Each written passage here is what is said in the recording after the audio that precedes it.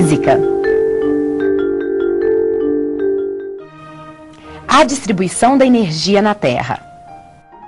E quais são as características ou condições da Terra que permite que haja vida aqui na Terra? Nossa, pergunta complexa.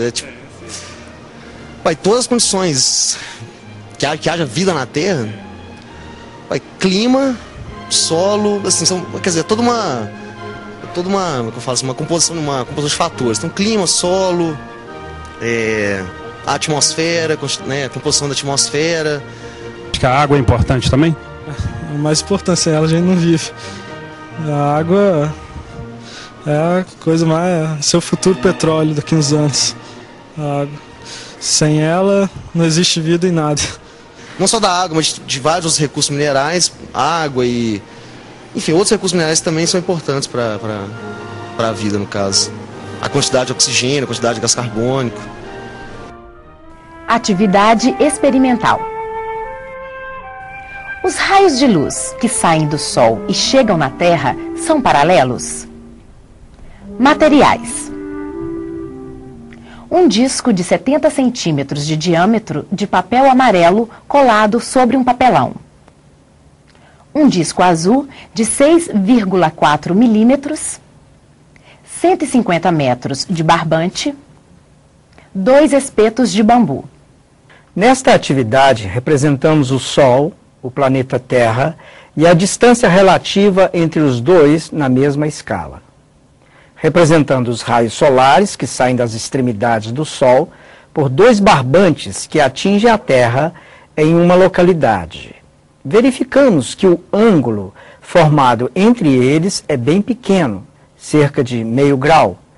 Dessa forma, podemos considerar que os raios solares que atingem a Terra são praticamente paralelos.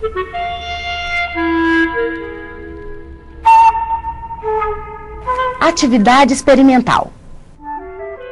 Os raios de luz que atingem a superfície terrestre. Materiais. Uma bola de isopor de 20 centímetros de diâmetro. Uma lanterna de LED. 2 folhas de papel A4. Os raios solares que chegam à Terra são praticamente paralelos, devido à enorme distância Sol-Terra em relação às suas dimensões. Se a Terra fosse plana, a fração iluminada na superfície seria a mesma para todas as regiões. Para uma Terra esférica, a energia solar não chega igualmente a todas as regiões. Na região próxima ao Equador, uma mesma quantidade de luz atinge uma menor área do que em outras regiões da Terra. Essa é uma das razões da existência das estações climáticas. Estações do ano. Materiais. 4 bolas de isopor de 15 centímetros de diâmetro, 4 suportes com hastes de ferro com arame, parafuso de fixação mais prego.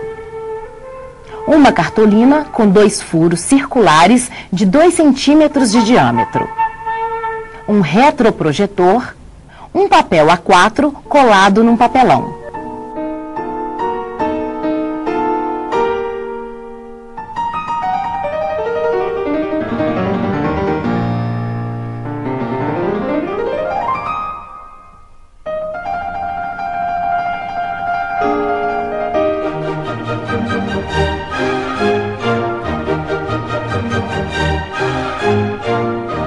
O fato do eixo da Terra ser inclinado em relação ao plano de sua órbita em torno do Sol provoca as 4 estações do ano. Numa primeira posição, no hemisfério norte, a incidência de luz solar atinge uma área menor e, portanto, a temperatura tende a aumentar. A duração do dia nesta região é maior do que em outro hemisfério. É verão no hemisfério norte e inverno no sul. Numa segunda posição, nos hemisférios norte e sul, a incidência de luz solar atinge uma mesma área e, portanto, a temperatura é a mesma nas duas regiões. A duração do dia, nessa época, é igual para todos os locais da Terra. Temos as estações de outono e primavera nos 2 hemisférios. Na terceira posição, no hemisfério sul, a incidência de luz solar atinge uma área menor e, portanto, a temperatura tende a aumentar. A duração do dia nessa região é maior do que no outro hemisfério. É verão no hemisfério sul e inverno no norte. Na quarta posição, nos hemisférios norte e sul, a incidência de luz solar atinge uma mesma área e, portanto, a temperatura é a mesma nas 2 regiões. A duração do dia nessa época é igual para todos os locais da Terra. Temos as estações de primavera e outono nos 2 hemisférios. Áreas de água e terra. Materiais. 2 moldes de planisfério terrestre em EVA. 2 moldes de quadrados com áreas da terra e da água. 1 quilograma de esferas de chumbo. Completar com as esferas os baixos relevos. E depois despejar num plano, medindo a área com as réguas em L e as planas, formando quadrados, comparando as áreas de terra e de água correspondentes.